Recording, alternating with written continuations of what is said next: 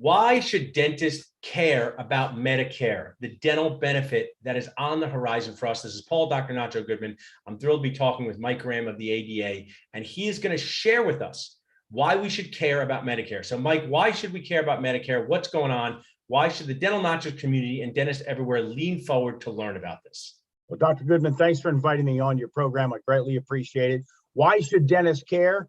Because a Medicare dental benefit, the way we understand that is going to be proposed this week on Capitol Hill, will probably impact every single dental practice in the country. Now, I know you said that you don't know the exact language yet, but what's possible? What kind of pain is possible for dentists with the Medicare dental benefit?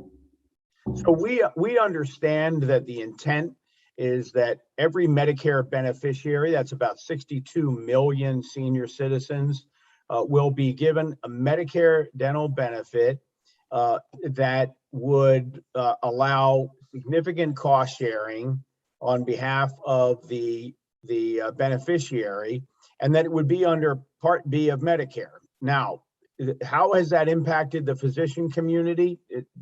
Substantially, because it determines the reimbursement rate that the dentist would get if they participated in the Medicare program, and all the administrative burdens that government has put on the physicians, they would put on dentists. Make our stressful job even more stressful, right?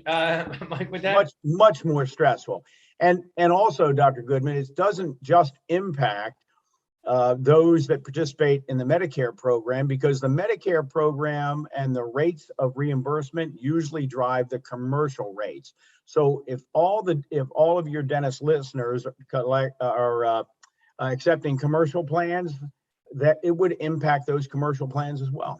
So that I'm glad you said that, because I was going to be the contrarian dentist, very easy for me to do, and say, Mike, I don't take Medicare. Why should I care? I don't take this. It's not what I do in my office. I take 14 PPOs. I take spoiled guac PPO. I take queso PPO. So what you're sharing is it can impact those rates as well. Plus, it sounds like if this does go through, our existing patients are going to start asking about, can they use their Medicare benefit in the office?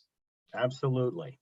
And again, if all the rates come down every place else, even if I'm a dentist that didn't take the Medicare benefit if it passes, and took no commercial insurance, I'm willing to bet that it would still impact reimbursement rates.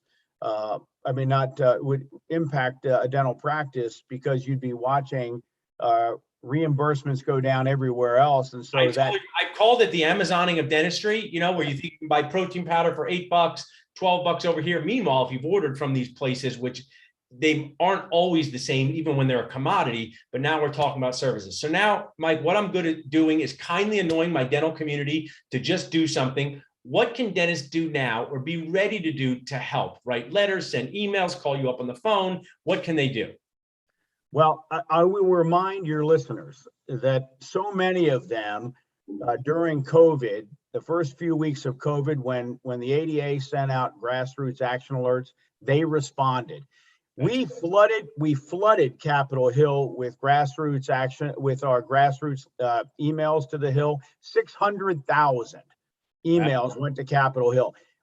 I believe we got everything that we just about everything that dentistry needed to stay afloat, and we need to do the same thing here. We need your dentist listeners to respond to our grassroots action alerts when we send them out, and they'll be coming soon.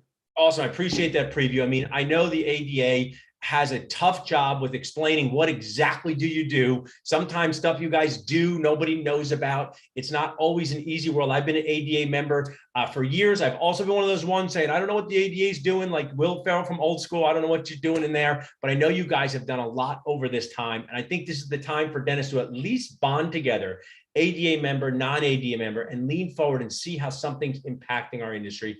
Mike, how can people reach out to you if they want to contact you, ask you questions to learn more? Email me. Gotcha. And I think we'll put that up in the chat. It's Graham with 2 M's at ada.org. Don't be shy. I will respond. This is incredibly important to the profession and your patients. We need to get this right. I'm going to read it. It's Graham, Graham, ada.org. And if you're watching and you want to learn more about Dental Nachos, just visit us at dentalnachos.com. You can email salsa@dentalnachos.com, and you can even text salsa to 215-543-6454. Mike, thanks so much for being on with me. Thank you, doctor. I really